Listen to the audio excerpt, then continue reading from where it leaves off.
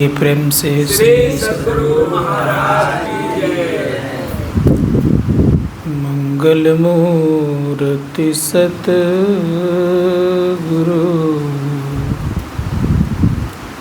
मिलवे सर्वाधार।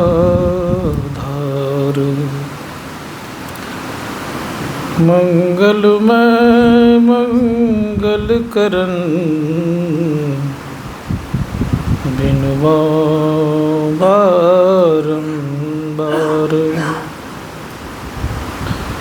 धन्य धन्य सतगुरु सुखदा। महिमा कही न जाए,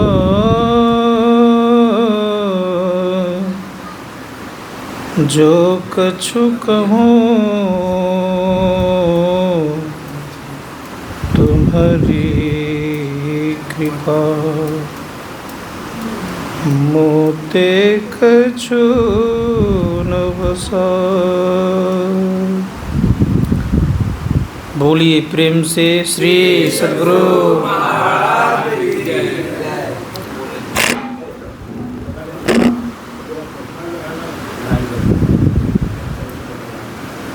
परम पूज्य गुरुदेव द्वय के पावन श्री चरणों में कोटि सा नमन। मंचस्थ सभी पूज्य बाबागण,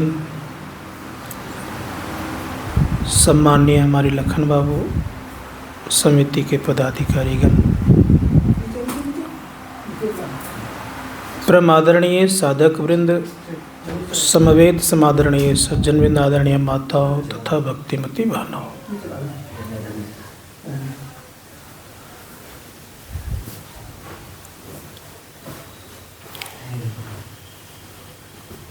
इस संसार में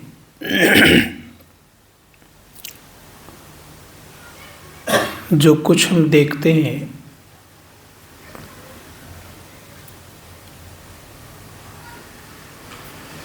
तो देखने की शक्ति हमें परमात्मा ने दिया है।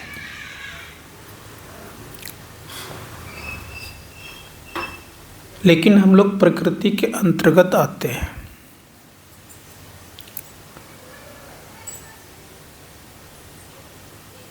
संत महात्मा गण कहते हैं कि दो तरह की प्रकृति है।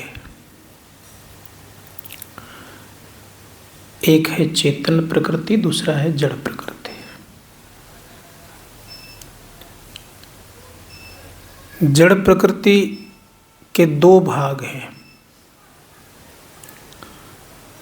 एक का नाम है सेंद्रिय और दूसरे का नाम है निरिंद्रिय। सेंद्रिय से मन बनता है और निरिंद्रिय से आकाश तत्व की रचना है। तो जितना सूक्ष्म आकाश है उतना सूक्ष्म मन भी है। इसीलिए इस मन से भी ब्रह्म को नहीं जाना जा सकता। संत महात्मा गण कहते हैं कि मन से उत्कृष्ट है बुद्धि। बुद्धि भी ब्रह्म को जानने में सक्षम नहीं है। अब सोच सकते, जब बुद्धि नहीं जान सकती है, मन नहीं जान सकता है, तब कौन जानेगा? धर्मशास्त्रकार कहते हैं कि ब्रह्म को जानने के लिए केवल ब्रह्म ही बनना पड़ेगा, तब ब्रह्म को हम जान सकते, दूसरा कोई उपाय नहीं है। तो इसके लिए आप कहीं आप चले जाएंगे तो ब्रह्म को जान नहीं सकते। चेतन के भी दो भाग हैं। एक का नाम है समष्टि, दूसरे का नाम है व्यष्टि। व्यष्टि चेतन सबों में समाहित है, इसलिए हम लोग बोलते हैं, चलते हैं, खाते हैं, पीते हैं, हम लोगों में है। लेकिन समष्टि कण कण में व्याप्त है। सब जगह व्याप्त है। वो जल में भी है, मिट्टी में भी, अग्नि में भी, हवा में भी, आकाश में भी है, और इन सबों को भर करके ऊपर है। संत महात्मा गण कहते हैं कि हमारे भीतर भी समष्टि चेतन है। शरीर छूट जाएगा हम आपका, तब भी समष्टि चेतन रहेगा। निकलेगा कौन? व्यष्टि चेतन। संत महात्मा गणों ने कहा कि व्यष्टि चेतन रहने पर मरे हुए शरीर में भी परमात्मा विद्यमान है। अगर कोई पूछ दे कि परमात्मा मरे हुए शरीर में है कि नहीं है, तो बिंदास बोलना है कि परमात्मा मरे हुए शरीर में भी है। अगर ये भी कोई कहे कि किस रूप से है, तब उसको डेफिनेशन देना होगा यह कि समष्टि रूप में परमात्मा मरे हुए शरीर में भी विद्यमान है। इसीलिए धर्मशास्त्रकार कहते हैं कि परमात्मा को अगर जानना है तो कहीं बाहर जाने की आवश्यकता नहीं है। संत कबीर ने कहा, मोको कहाँ ढूंढे बंदे, मैं तो तेरे पास में, ना मैं देवल ना मैं महजिद, ना कावे कैलाश में, ना तो कोनो क्रिया कर्म में, ना जोग वैराग में, खोजी हो तो तुरंत ही मिली हूँ, पल भर की तलाश में, कहे कबीर सुनो भाई साधु, सब श्वासों के श्वास में। धर्मशास्त्रकार कहते हैं कि सब श्वासों के श्वास से तात्पर्य क्या है? जो अंतिम स्थिति आपकी है, अगर उनको आपने जान लिया तो समझ लीजिएगा कि आप ब्रह्म को जान लिया। लेकिन उनको जानना बड़ा मुश्किल है। इसीलिए गुरु नानक देव जी महाराज ने कहा, मन मह ज्योति ज्योति मह मनवा, पंच मिले गुरु भाई। खा मन में क्या है? ज्योति है, ज्योति में मनवा, पंच मिले गुरु भाई। पंच गुरु भाई से तात्पर्य है कि पांचों केंद्रों के जो पांच शब्द है, ये पंच गुरु भाई है। संतों ने कहा अगर ये पकड़ा जाए तो अंतिम जो गुरु भाई हैं वो ब्रह्म ही हैं। बात सुना रही है? गुरु महाराज कहते, पंचम बजय धुर घर से जहाँ आप विराजय, गुरु की कृपा से मैं ही तहाँ पहुँची को। संत महात्मा गण कहते कि साधकों को ये सोचना चाहिए कि हमारे प्रत्येक केंद्र पर हमारे गुरु भाई बैठे हुए हैं, और ऐसा गुरु भाई कि नीचे गिराने वाला गुरु भाई नहीं है, ईर्ष्या द्वेष करने वाला गुरु भाई नहीं है, घृणा करने वाला गुरु भाई नहीं है, अपने को बड़ा और छोटा मानने वाला गुरु भाई नहीं है। ऐसा गुरु भाई है कि आपको क्या करेंगे, तो एक खेल देखे होंगे आप लोगों ने आजकल। एक खेल ये होता है कि कुछ दूर तक वो दौड़ा और फिर क्या करता है, तो दूसरा उसको कुछ थमाता है, वो वहाँ से दौड़ता है। फिर देखे होंगे आप लोगों ने कि उसको छोड़कर फिर तीसरा दौड़ता है, उसको थमाता वो दौड़ता है। ये दोनों को आराम मिलता है, फिर तीनों को आराम मिल जाता है। उसी प्रकार से याद रखिएगा कि प्रथम गुरु भाई क्या करता है, तो दूसरे गुरु भाई को पकड़ा देता है, अब फिर दूसरे गुरु भाई वहाँ से चलता है, और जब दूसरे गुरु भाई चलता है तो दूसरे गुरु भाई क्या करता है, तीसरे गुरु भाई को पकड़ाता है, और तीसरे क्या करता है, चौथे को पकड़ाता है, और चौथे क्या करता है, पांचवें को पकड़ाता है, अब पांचवा क्या करता है, परमपिता परमात्मा तक पहुँचा देता है। अर्थात समझिए कि गोल हो गया, अर्थात खेल उनका पूरा हो गया, वो जीत गए, समझ गए। तो संत महात्मा गण का तो उसी प्रकार से पांचवें गुरु भाई क्या करता है, तो परमात्मा तक पहुंचा देता है। आप जीत गए, अर्थात आप महावीर बन गए। संत महात्मा गण ने कहा कि इस तरह से स्थिति होती, इसलिए ब्रह्म सर्वत्र है,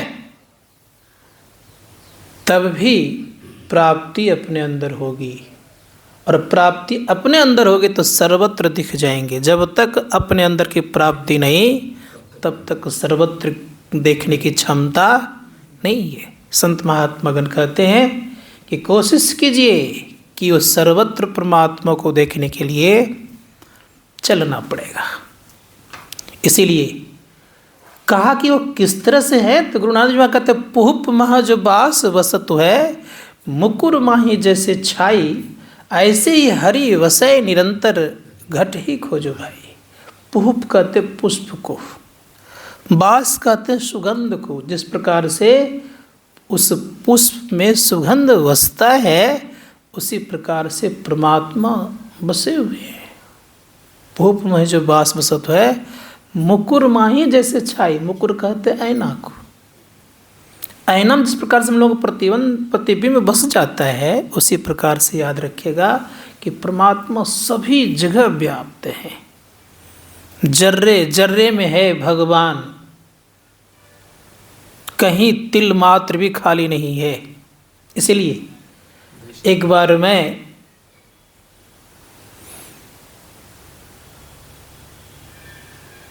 नेपाल की तराई में सत्संग करने के लिए गया था। बीरभूम क्या बोलता है भूल गया हूँ जगह का नाम। उस समय मेरी उम्र भी छोटी थी। मुख्य वक्ता तो भाई था नहीं, और लोग भी थे। तो रामानंद संप्रदाय के सत्संग चल रहा था, उसमें मुझे निमंत्रण दिया। उधर रामानंदी लोग ज़्यादा हैं, आज भी है शायद, और अच्छे बड़े बड़े क्या कहते हैं वो ज़मीन लेकर के ज़मींदार की तरह अभी भी जीते हैं वो लोग। तो बड़े सम्मेलन टाइप के किए थे, दूर दूर के महात्मा सबको बुलाए थे। उसमें हमारी उम्र बहुत छोटी थी। तो मुझे समय दिया, जानते हैं कब? 9:30 पौने 10 बजे रात में। चलते रहता है। तो मेरा समय आया तो कहा, संचालक महोदय ने कहा कि आपको 15 मिनट का समय देता हूँ।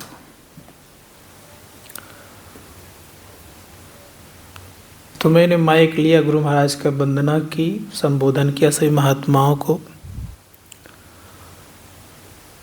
संबोधन करते उसमें यंग एज भी था पूरा, बोलने का तरीका भी अलग टाइप का था। जो था वही था, अंतर कुछ नहीं। मैंने कहा अभी आप लोगों ने सभी सम्माननीय महात्माओं से प्रवचन सुन रहे थे कि परमात्मा कण कण में व्याप्त है, और ये भी आप लोगों ने सुना कि परमात्मा कण कण में व्याप्त है, लेकिन परमात्मा तक जाने का रास्ता अनेक है। लेकिन मैं आप लोगों से एक जिज्ञासा की तरह मैं एक सवाल रखता हूँ कि जो कण कण में परमात्मा व्याप्त है, तो जगह कहाँ बची रास्ता के लिए? सब जो महात्मा लोग बैठे हुए थे, सब मेरा मुंह देखने लग गए कि अब ये क्या बोलेगा। कि जब कण कण में व्याप्त है, तो आप बताएं कि जगह कहाँ बची रास्ता बनाने के लिए, जाने के लिए। और जो आपने अभी सुना कि परमात्मा के पास जाने का अनेक रास्ता है, क्या ये धर्मशास्त्र प्रमाणित करता है? सब महात्मा तो जो चुप हुए, जो साइलेंट हुए, कोई कुछ नहीं बोले।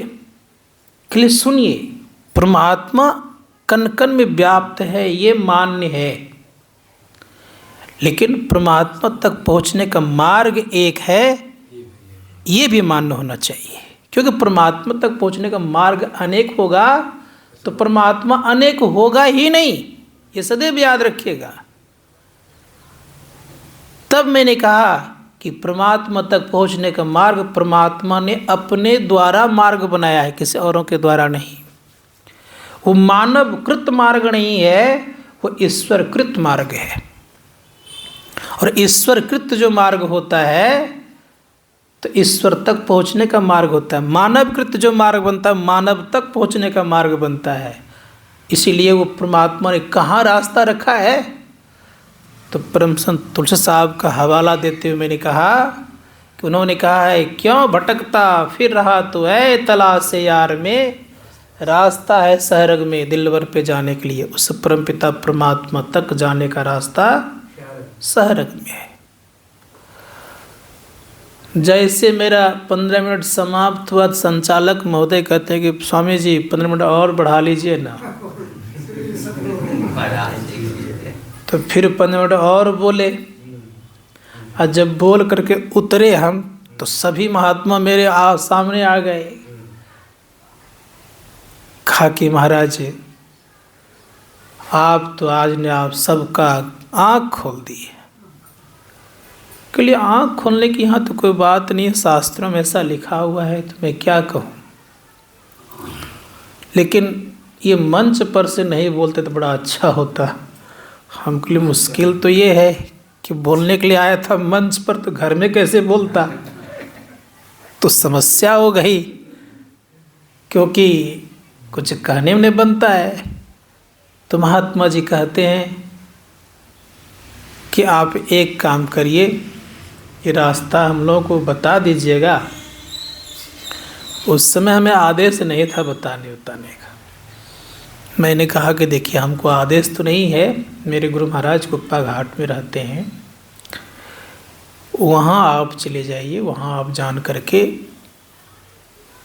इस कार्य को करिए। तो मैं कहना ये चाह रहा था कि ब्रह्म सर्वत्र है, ये सब कोई मानते अभी भी, लेकिन लोगों की जो भावना अभी है कि रास्ता भी अनेक है, ये भी अभी मान रहे हैं लोग जी। बड़े बड़े जिसको कहते हैं हम लोग कि धुरंधर विद्वान हैं, वे लोग भी मानते हैं। अरे उनको तो छोड़ दीजिए आप, अभी के वर्तमान शंकराचार्य है ना, वो भी मानते कि रास्ता अनेक, औरों की बात तो छोड़ दीजिए। अभी के वर्तमान जो शंकराचार्य है,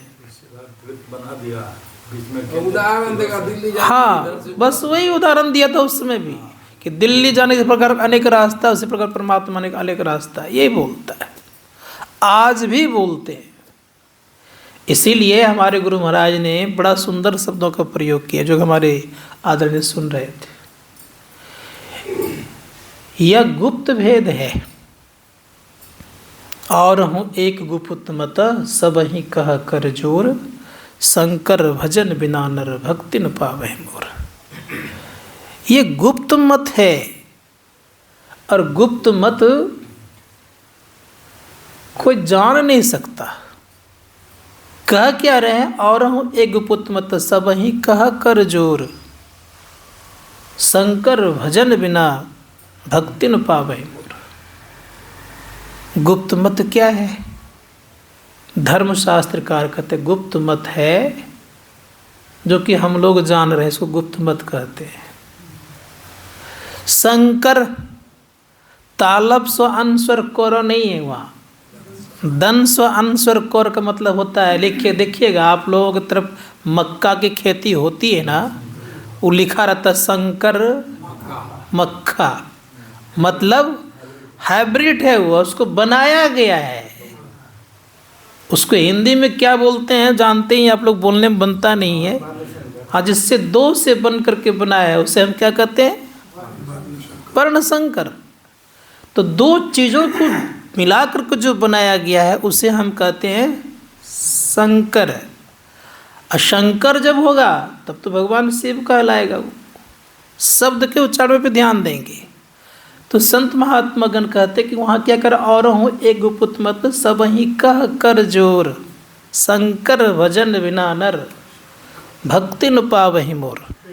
इसका मतलब ये हो गया कि जब तक दोनों किरणों को हम नहीं जोड़ेंगे तब तक हम राम की भक्ति को नहीं पा पाएंगे। फिर दूसरी बात कह रहे हैं गोस्वामी जी महाराज कि भक्ति की शुरुआत भी कहाँ से होती है, ये बता रहे हैं। उन्होंने कहा है विनय पत्रिका में कि 13 से 3 अवस्था तजहूँ भजहूँ भगवंत, मन क्रम वचन अगोचर व्यापक व्याप्य अनंत। कहा कि 3 अवस्थाओं से जब ऊपर उठते हैं, चौथी अवस्था में जाते हैं तो भक्ति का प्रारंभ होता है। अब विचार करके देखिए कि इस दृष्टिकोण से कोई भक्त कहलाने योग्य है। संत महात्मागण कहते हैं कि जब चौथी अवस्था से भक्ति प्रारंभ ही है, और अगर हम केवल मान लिया जाए मूर्ति कोई स्नान कराए, भोग लगाए, चंदन लगाए, वस्त्र पहनाए, तो क्या ये मान्य है गोस्वामी जी महाराज के अनुसार? संत महात्माओं ने कहा कि लोग भले ही कुछ कह दे, लेकिन इस दृष्टिकोण से उनको क्या मिलेगा? बाहरी पूजा से, नाम जप से, रूप के ध्यान से आपको अष्ट सिद्धियाँ मिल सकती है, नवनिधियाँ की प्राप्ति हो सकती है, लेकिन ब्रह्म का साक्षात्कार करना संभव नहीं है। अगर हो भी जाए तो गुरु महाराज ने हिदायत कर दी है कि माया का दर्शन होगा, चौभुज व अष्टभुज जो अथवा अनेक भुज जो, आश्चर्य तेज पुंजो, सबसे सूरत फुटा दो। इन सबों से सूरत फुटाने के लिए कहा। गुरु महाराज कहते हैं कि इतना ख्याल रखो जीवन में कि कभी भी हम लोगों को कुछ भी रूप दिख जाए तो माया है, क्योंकि रूप से वो परे है। इसीलिए हम लोग रोज गाते, आज भी गाए होंगे, निर्गुण सगुण के पार में और सत असत हो के ना, वो परम पिता परमात्मा निर्गुण है न सगुण है, इन दोनों से परे है, लेकिन दोनों में है, दोनों में है, ये भी मानना पड़ेगा। सगुण में भी है, निर्गुण में भी, और दोनों से परे भी है। जिस प्रकार से मैंने कल भी उदाहरण दिया था कि हवा और आकाश, आकाश सब में है, आकाश मिट्टी में है, जल में भी है, अग्नि में भी है और हवा में भी है, और सबसे ऊपर स्थान भी रखता है। उसी प्रकार से परमात्मा सभी मंडलों में है, सभी मंडलों में आच्छादन रूप से भरे पड़े हैं, लेकिन याद रखेंगे सबसे परे भी है। इसीलिए हमारे गुरुदेव ने कहा 2 तरह की स्थिति है, एक अनात्म तत्व और एक आत्म तत्व। बात समझ आ रही है? अनात्म तत्व क्या है ये जानना चाहिए। केवल परम तत्व को ही आत्मा का तत्व कहता है। हमारे गुरुदेव कहते हैं जो टेढ़ों में रह करके टेढ़ा नहीं होता, ध्यान दीजिएगा, और सोझों में रह करके जो सोझा नहीं होता। अब ये कैसी बात है? टेढ़ा में है लेकिन टेढ़ा वो, और सोझा में सोझा नहीं होता वो। नमक में है लेकिन नमकाई उनके अंदर में नहीं है, याद रखिएगा। नमक में नमक नहीं बन जाता वो। मीठा में रह करके मीठा नहीं बन जाता है, ये सदैव याद रखिएगा। और ये भी ख्याल रखिएगा कि जिसमें वो प्रवेश करते हैं वैसा वो बनते नहीं है। इसीलिए प्रयास करना ये चाहिए कि परमात्मा का वर्णन करना मुश्किल का प्रभु वर्णन में आवे नहीं, आने वाला नहीं है। अकथ अनाम अनामय स्वामी गोगुण प्रकृति परे, वो अकथ है, अनाम है और गोगुण से परे है। गोस्वामी जी महाराज कहते हैं परमात्मा कैसे कहते हैं? अगुण अधवर गिरा गोतीता समदर्शी अन्वैद अचिता निर्मल निराकार निर्मोहा नित्य निरंजन सुख संदोहा प्रकृति पार प्रभु सब उर्वासी ब्रह्मद्री विरज अविनाशी यहाँ मोह कर कारण नाई रवि सम मुख तम कब हो की जाई। रवि के सन्मुख कभी अंधकार जाता है। एक बार अंधकार ने भगवान विष्णु जाके शिकायत की, कहा भगवान सूर्य जो है ना मेरा जीना दुश्वार कर दिया है, जहाँ जहाँ जाता हूँ वहाँ वहाँ मेरा पीछा करते रहता है, चैन से रहने देता ही नहीं है। कहीं जाता हूँ तो मेरा पीछा करता ही है। घर के कोने में छिपता हूँ तो कुछ देर के बाद वहाँ तक पहुँच जाता है।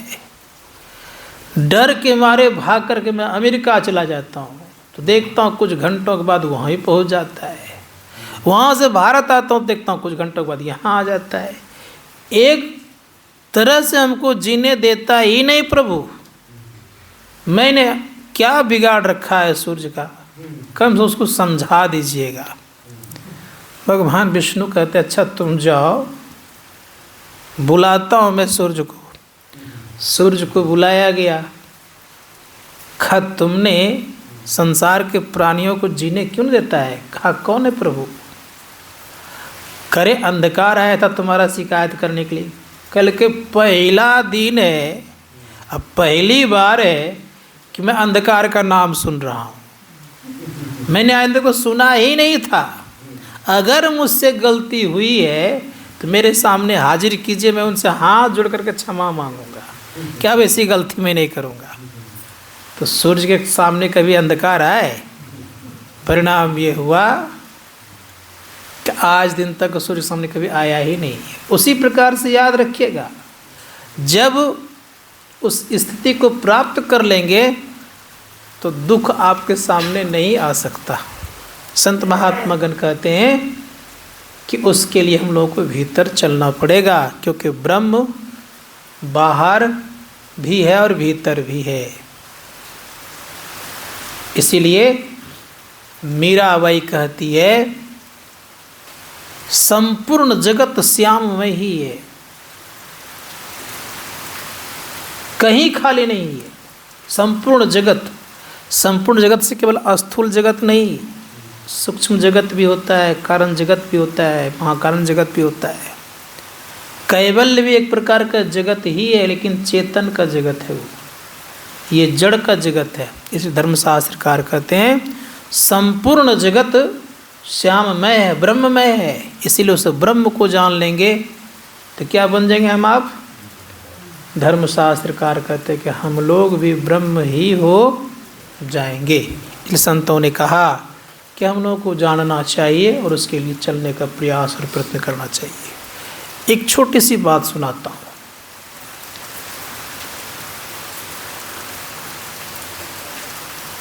गुरु नानक देव जी महाराज मक्का मदीना गए, कबीर साहब भी गए थे। तो मक्का की तरफ पांव दे करके सोए हुए थे।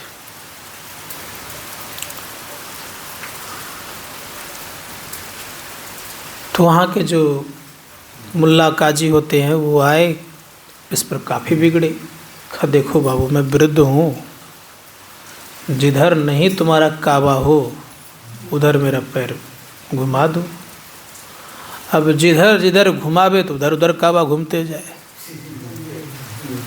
परिणाम ये हुआ कि वो परेशान हो गया बेचारा।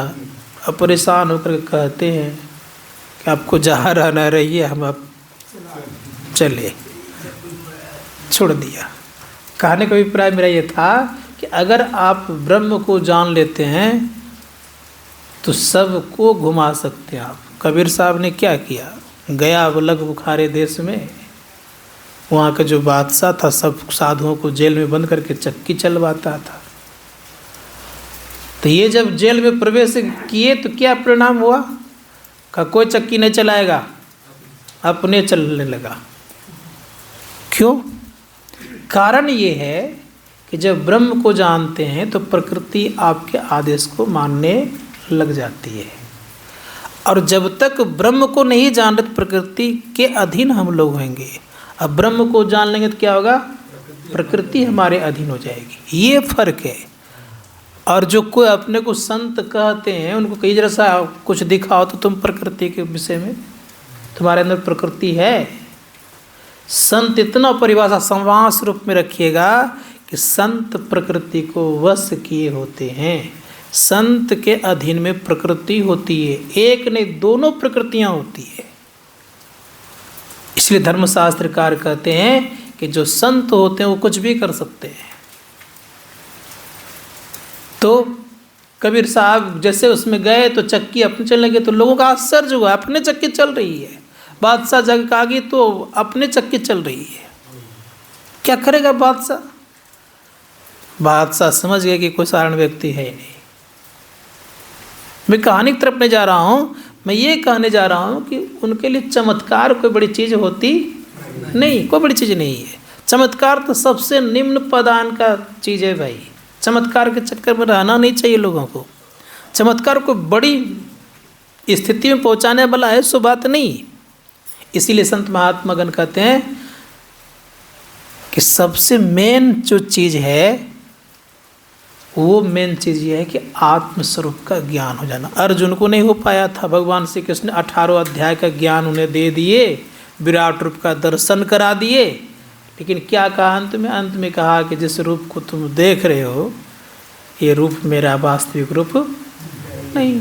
विचार करिए तो सोच सकते हैं हम लोग कि ब्रह्म का स्वरूप कैसा है। तो इसलिए कोई उस स्वरूप के विषय में कह नहीं सकते। इसलिए तो वाल्मीकि जी के विषय में सुने ना अभी आप लोगों ने, वाल्मीकि जी के आश्रम भगवान श्री राम खड़े हैं, पूछते हैं कि मुझे रहना है कुछ दिन तक, तो सुना रहे थे आपको।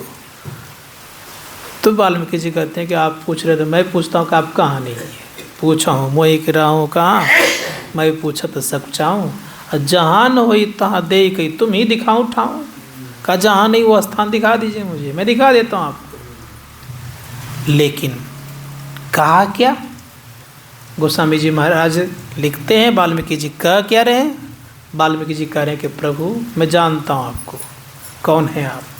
तब कहने लग गए कि रहिए वहाँ का, खलोचन चातक जिन करी राखे, रही जलधर अभिलाखे, निदरई सरित सिंधु सरि भारी, रूप बिंदु जल होई सुखारी, तिनके हृदय सदन सुखदायक, बसहूँ सह बंधु सिय रघुनायक। कहे प्रभु उनके हृदय में रहिए। किनके हृदय में? जिनकी दृष्टि लोचन चातक पक्षी की तरह हो जाए। अकेले मत रहिए आप। कौन कौन? भाई सहित, सीता सहित और भाई सहित सब रहिए मिल करके वहाँ। किनके हृदय में? जिनके हृदय चातक पक्षी की तरह। अब कहने लग गए जिनके श्रवण समुद्र समाना, कथा तुम्हारी सुबह सरी नाना, भर ही निरंतर होई नहीं पूरे, तिनके हृदय कह गृह रोरे। गोस्वामी जी महाराज कह रहे हैं कि उनके हृदय में निवास कीजिए जिनका श्रवण कैसा होगा? समुद्र के समान गहरा होगा। अब सोचिए कैसा समुद्र होगा? जिनका श्रवण समुद्र समाना, कथा तुम्हारी सुबह सरी नाना, भर ही निरंतर होई नहीं पूरे, तिनके हृदय का गृह रोरे। अब निरंतर कथा कौन सुनेगा भाई? कोई सुनने वाला संसार में है? संत महात्मा को कहते कोई कोई बिरला है तो जरूर। उसी बिरले के आधार पर यह संसार चल भी रहा है। इसीलिए संत महात्मा का निरंतर वो कथा तो होती रहती है। वो कौन सी कथा है? जिस कथा को सुनने के बाद मन में व्यथा नहीं होती है, दैहिक दैविक भौतिक त्रेतापों से वो मुक्त हो जाता है, उस कथा की बात वाल्मीकि जी कह रहे हैं। कि अगर वैसे कथाकार, वैसे सुनने वाला मिल जाए, कहने वाला कथाकार कौन होगा?